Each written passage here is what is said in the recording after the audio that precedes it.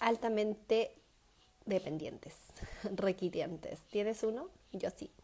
Hola, soy Patricia de Semillas de Amor y te doy la bienvenida a nuestro live de día martes. Bueno, este live está en referencia al taller que voy a dar el día 16 de noviembre acá en Rancagua, en el centro Alma Paz. Así que las dejo cordialmente invitadas. Es un taller donde vamos a estar trabajando el autocuidado en las familias de niños con altos requerimientos o altamente demandantes. Entonces, ¿tienes uno? ¿Cómo saberlo? Y sobre todo, ¿qué hay detrás de lo que se está manifestando dentro de esta situación familiar?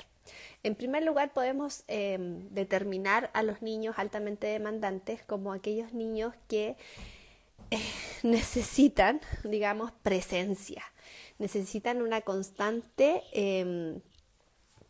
regulación a partir de un adulto, alguien que les vaya aportando aquello que no están visualizando o que no están poniendo esa atención.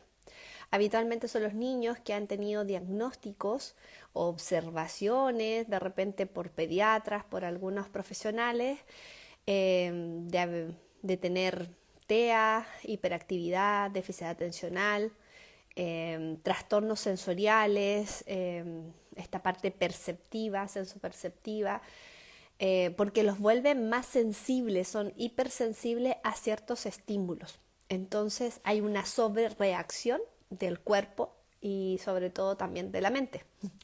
Entonces ahí podemos tener una gama de niños que hoy en día está en aumento.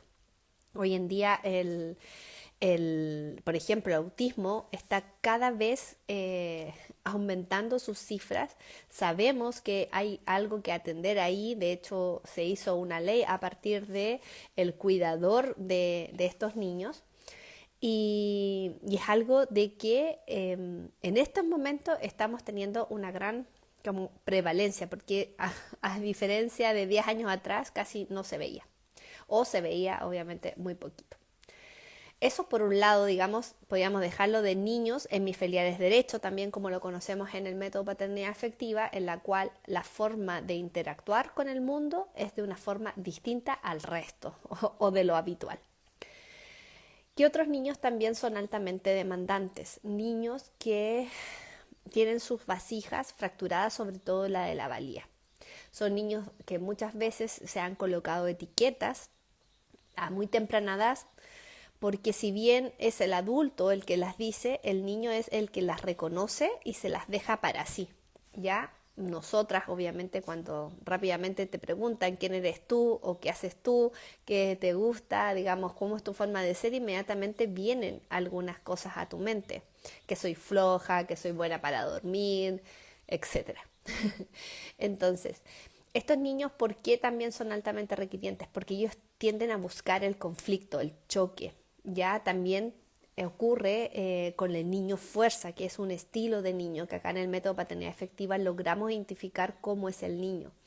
A partir de un test y sobre todo obviamente de características, nosotros logramos como mamás determinar cómo es mi hijo. Y muchas veces estos niños fuerza son aquellos que nos ponen constantemente en desafíos, en retos, ellos necesitan sentir como esa fricción para sentirse como vivos, como que estás siendo amado a partir de esa reacción tuya. También es cuando nos hemos acostumbrado como familia en este patrón reactivo, ¿cierto? Que el niño hace algo y yo voy al encuentro porque muchas veces no logramos tener esas instancias de conexión.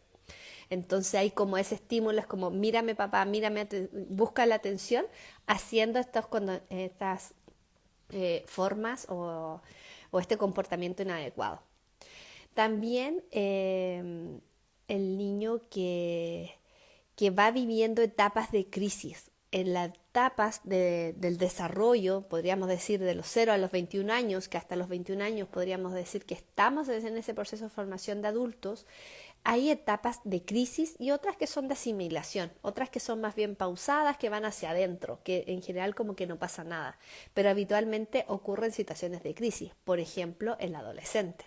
De repente en esta etapa, también preadolescente, cuando se dan cuenta que lo que dice mamá y papá no siempre es, es lo veraz, que también ellos tienen una capacidad distinta de pensar, que viene, por ejemplo, se incorpora la moralidad y la justicia.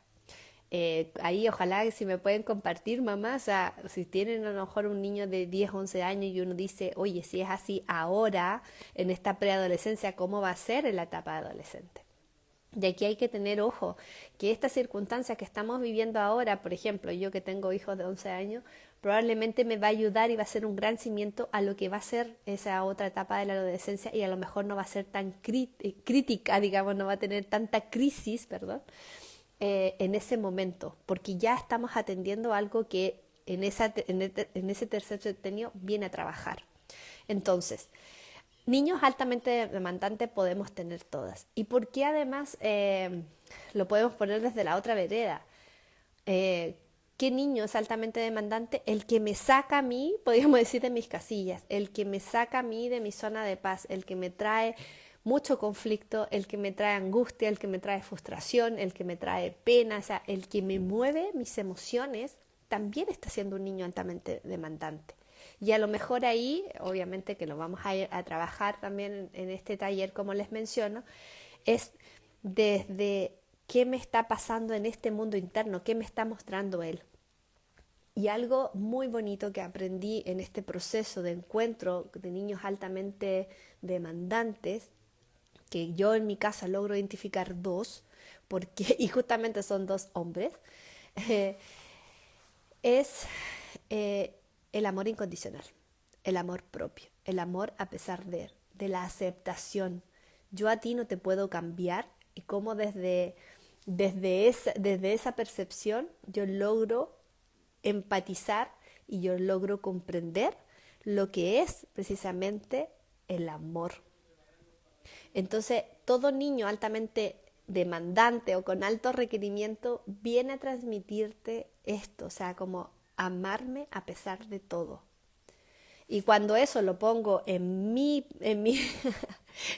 cara, ¿cierto? Lo pongo como espejo, ahí sí que me llega ese mensaje. O sea, yo amarme a pesar de todo, a pesar de estas circunstancias que causan un tremendo miedo. Yo no sé si les ha pasado a ustedes, si tienen niños altamente demandantes, pero por ejemplo la angustia cuando ven el mensaje de texto o de WhatsApp, digamos, de la profesora del curso, que no sabes y es como ese, ¿qué pasó ahora? ¿Qué hizo? O sea, como, ¿qué? Vivir esa angustia, o sea, cuéntenme si les pasa, o sea, realmente es algo que estás en un plano muy tranquilo, pero ves ese mensaje, ves esa notificación y es como un estado de alerta que se sube el cortisol a 1000 por hora. Entonces, viene también mucho de, a pesar de todo lo que él hace o a pesar de la forma que es, a pesar que a lo mejor gritó, que dijo palabras feas, que golpeó al compañero y a lo mejor tantas cosas más que pueden ocurrir, situaciones que a lo mejor por fuera se ven muy negativas o se condenan rápidamente y muy duramente, es como a pesar de todo eh, me puedo amar, me puedo amar a mí misma y reconocer de que ambos estamos en este proceso de aprendizaje, reconocer que estamos en vía de encontrar esa mejor alternativa, que hoy día no funcionó, pero mañana puede funcionar, que lo que funcionó a lo mejor hace un mes y que me recuerda a lo que hoy, ¿verdad? Lo dejamos de hacer, tengo que traerlo nuevamente, tengo que volver a intentarlo. O sea, hay grandes, digamos, aprendizajes que podemos tener, recibir y sobre todo aprobar, pasar, digamos, esa materia, si logramos tener como esa, esas ganas, ese deseo de poder acompañarlos a ellos en estos desafíos. Algo que para mí me quedó sumamente marcado en una conversación fue precisamente con el pediatra de mis hijos. Nosotros tenemos medicina antroposófica que es homeopática, no es alópata. Y me decía, mira, piensa que tu hijo todos los días se levanta con una camiseta de lija. Entonces tú le puedes decir muchas cosas y él está constantemente con ese disconfort, incluso hasta esta sensación desagradable, de roce, de fricción, digamos, O sea, ¿cómo él va a tener atención? Y fue algo tan fácil de entender, fue tan fácil de empatizar que me dolió, me dio pena y ahora me emociono cuando lo cuento, porque es súper fácil de repente en decir cómo ellos deben de comportarse, más nunca nos ponemos en sus zapatos. Y esa es la invitación, que en este autocuidado es en reconocer esta parte emocional, esta parte que no muchas veces logramos expresar, tener el tiempo, la zona segura, el confort, de permitirnos tener y crear ese espacio, tener el acompañamiento que necesitamos. Eso es autocuidado. Y eso es lo que realmente quiero transmitir.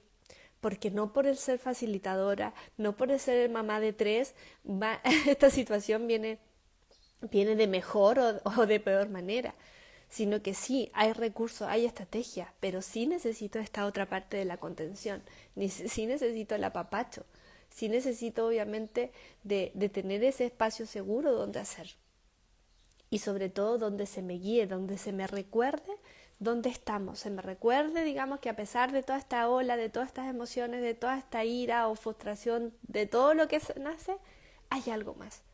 Y cuando yo me centro en esa real necesidad, yo me centro, en esto que queremos explorar y encontrar ambos, o sea, se hace más bonito, se hace otra experiencia. Tuve la oportunidad de acompañar a una mamá que su hija tiene TEA, un TEA severo, una niña de 4 años que no hablaba. Y ella con una capacidad de interrelación, de una elocuencia, de una transmisión, de poder conectar con las otras personas, de ayudar al otro, etcétera, pero impresionante. Y tenía una hija que no hablaba y no lograba decirle mamá. Una frustración tremenda, ¿cierto? Ustedes se pueden poner en ese rol así, una mujer que puede hablar y conversar con el presidente, con quien sea, y logra conectar contigo, logra identificarte y verte a los ojos. Y tenía una hija que en casa no le lograba transmitir nada, aparte de obviamente de gritos y demás. Y, y en ese momento cuando estábamos haciendo sesiones fue como, te das cuenta que la única persona, o sea, como quien le puede enseñar a ella cómo comunicar eres tú. O sea, quién más puede ser esa gran maestra para ella? Y desde ahí fue como otra posición, fue de darme cuenta que yo sí tenía recursos, yo tenía forma y que solamente tenía que encontrar las diferentes maneras. Entonces fue muy bonito acompañarla a ella y fue muy bonito de lo que se lograron animar y verla obviamente feliz y contenta y que me mandaba audio y me decía, me dijo chao, me hizo seña, que a lo mejor para el resto de los papás no le va a importar o al resto de las personas, pero yo sabía lo valioso que era para ella, de decir, oye, hoy día fuimos al supermercado y pudimos entrar a ese lugar sin problema. No, no hubo rabieta, no hubo histeria, no hubo pataleta, sino que fuimos y lo hicimos y funcionó. Entonces, siempre detrás de todas estas situaciones viene esto importante, que si estamos atentos vamos a sacar tesoros, vamos a sacar realmente oro de esto. Y esa es la invitación que les quiero hacer, de conectar con esta otra parte de lo que vienen de esos desafíos, de esas situaciones incómodas, de estas sensaciones que nos tiran para abajo, que nos desalientan y tantas otras cosas más. Viene algo bueno. Y cuando yo me siento en esa posición y decir, mira, yo voy al encuentro y yo sé que esto va a traer algo bueno para mí, las cosas mejoran. Así que les dejo un enorme besito. Estén súper claros de todas las acá de la región, de la secta, ¿cierto? Que quieren participar el día 16 de noviembre. La inscripción la hago vía WhatsApp. Tenemos 20 cupos, pueden ir de dos, que tiene ahí obviamente beneficio, pueden ir con otra cuidadora, puede ser su mamá, la persona que les ayuda en casa, puede ser su pareja, puede ser el papá, o sea, vayan con quienes también están en ese proceso de cuidado de estos niños altamente demandantes. Y ojo, que no solamente es a partir de un diagnóstico, tiene que ver mucho de cómo yo estoy reaccionando frente a este niño, digamos, qué me está movilizando a mí, qué son esas emociones que me afloran cuando estoy viviendo situaciones con esta personita.